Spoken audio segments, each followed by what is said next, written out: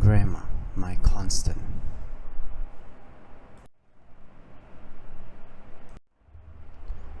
When I was young, I remember being moved around a lot. My dad works as a doctor in the district government hospital and my mom a nurse, later on helping him in his new clinic. My earliest recollection of my life events are that of me being sent out to my babysitter in the morning or being taken back home by my mother after working her night shift and being put on the sofa to sleep. I think I had had two babysitters and two kindergartens, though it felt more than that. My parents were busy with their buzzing career, and help was short from their own family members due to circumstances. Everybody was really busy and had their own lives to lead. Life really started becoming more constant for me once I grew older and my grandmother came to stay with me. I would remember coming back from kindergarten and being fed delicious food by her. She would patiently feed me potatoes in soy sauce, omelette with green long beans, lotus roots, among many other things, with a generous helping of rice. I remember being cheeky and jumping around a lot, yet all she had for me was endearment and patience, something which I admit are lacking from me now. I remember her walking the 1 to 2 kilometer distance back and forth to the market and buying the vegetables and meat to be cooked for us daily with a trusty cane. I remember her in the kitchen in the morning after that, stir frying and boiling and really just preparing food for the whole family. After that, she would take a bath and have lunch, all on a separate plate with no salt for her. In the afternoon, she would take a nap and afterwards sit downstairs, talking to us, or thinking, or staring off into the distance, but always seemingly working something out in her mind, as if that too was an important activity, just as important as the rest. Sometimes, and probably quite often, she would be sewing on a trusty black Singer machine, spinning the wheel, her right foot stepping constantly on the pedal, the tuk tuk tuk sound filling time and space, and the clothes would turn out excellent, neither too tight or too wide, always fitting snugly around the body and allowing for freedom of movement, material that's both soft to the touch and strong, the work of a genius, self-taught craftsman or craftswoman.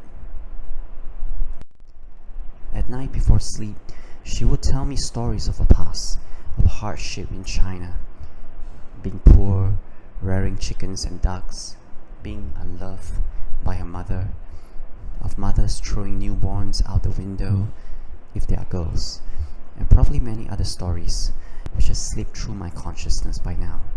She would sing songs and nursery rhymes, all funny and lovely ones, which would make me chuckle in delight and brighten my night. That was when I was still young. Growing up, and especially during my teenage years, she still did all that, but I remember spending less time with her. I remember televisions, tuition, school, friends, computer, the internet. Most of my time was spent alone in the house with her to accompany me, but always in the background and never as an active participant. I still talk to her, but probably not as much as I should. I no longer slept with her. I now have my own room and my own loneliness and emptiness haunting my lack of sleep. In retrospect, she must have been lonely too. She was alone most of the time, with not many hobbies or friends, with only us, her family members, to keep her company, and even that we weren't very good at. We were a self-absorbed family, but I blame myself. In the last few years of her life, cancer arrived, and in the most difficult time, I left her alone.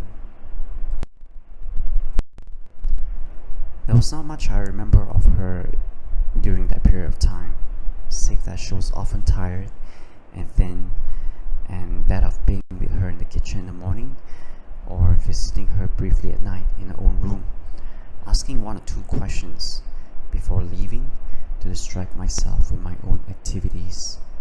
But what I'm certain of that what she has been her whole life and mine is that she was always a constant. She's strong, stoic, a quiet optimist even, always fighting the good fight and making it seem easy. She's an expert cook and tailor, a wonderful storyteller and singer, and I'm starting to think that I take after her the most in temperament, in character, and perhaps in our life choices or circumstances. That would explain my lack of similarity to my parents or my sisters. That would explain why I never felt I belonged. Even when facing death, Grandma soldiered on, clung on to life, no matter how alone she was or she felt. Now that I think of it, she is perhaps the most remarkable human I've ever had the privilege to know. Despite all of life's setbacks and unfair circumstances, I never heard her once complain. She showed up every day, took care of me when I was small, fought on quietly when things were rough, and in the end, passed on without fuss, without complaint, without confiding in anyone the immense terror and isolation she must have felt, without wanting to bother any of us or me, because she knew that I would have approached her first if I sincerely, deeply wanted to. I'm sure she's happy now, for I saw her in my dream once after her death. She was the picture of perfect happiness. She had forgiven me when I still haven't forgiven myself. In life, she was my constant when I had no one and gave me strength and nourishment. In death still, her memory gives me hope. Thank you for reading, watching, and listening.